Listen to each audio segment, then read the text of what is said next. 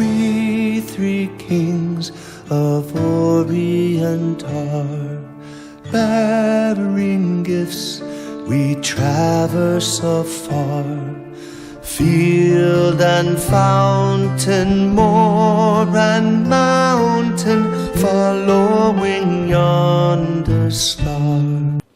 Nel Vangelo abbiamo sentito che i magi esordiscono manifestando le loro intenzioni. In the Gospel, the Magi begin by stating the reason why they have come. We have seen his star in the east and have come to worship him.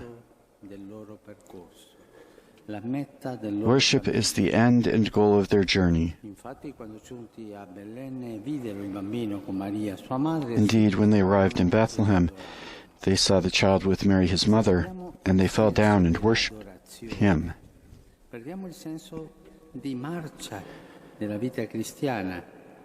Once we lose the sense of worship, we lose our direction in the Christian life, which is a journey towards the Lord, not towards ourselves.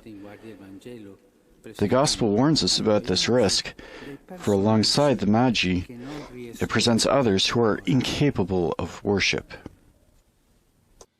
Innanzitutto il re Erode, che utilizza il verbo adorare, ma in modo First of all, there is King Herod, who uses the word worship, but only to deceive. He asks the Magi to tell him where the child is to be found, so that, as he says, I too may come and adore him. The fact is that Herod worshipped only himself. That is why he wanted to rid himself of the child through a lie. What does this teach us? That when we do not worship God, we end up worshiping ourselves.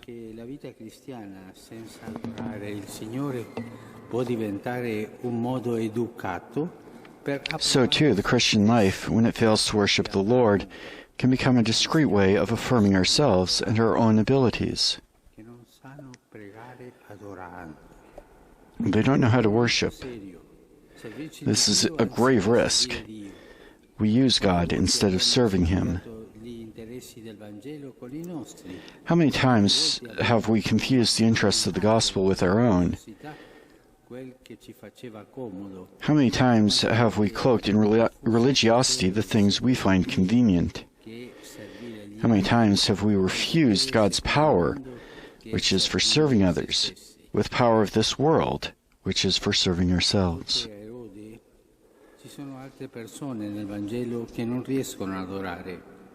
In addition to Herod, other people in the Gospel are incapable of worship.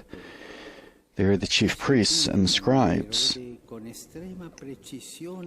They tell Herod with great precision where the Messiah is to be born, in Bethlehem of Judea.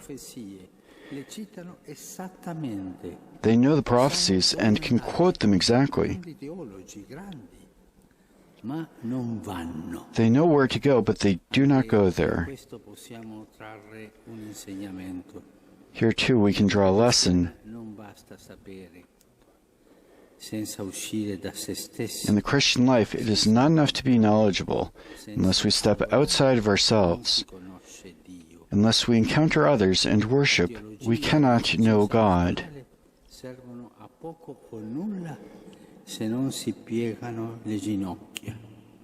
Theology and pastoral effectiveness mean little or nothing unless we bend the knee, unless we kneel down like the Magi, who are not only knowledgeable about planning a journey, but also capable of setting out and bowing down in worship.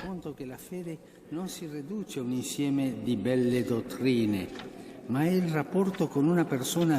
we worship, we come to realize that faith is not simply a set of fine doctrines, but a relationship with a living person whom we are called to love. It is in encountering Jesus face to face that we come to see Him as He is.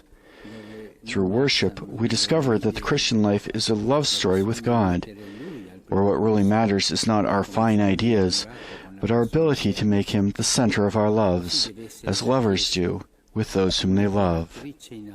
This is what the Church ought to be, a worshiper in love with Jesus, her spouse.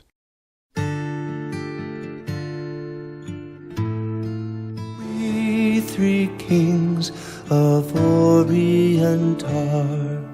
Bearing gifts, we traverse afar, field and fountain, moor and mountain, following yonder star. Oh, star of wonder, star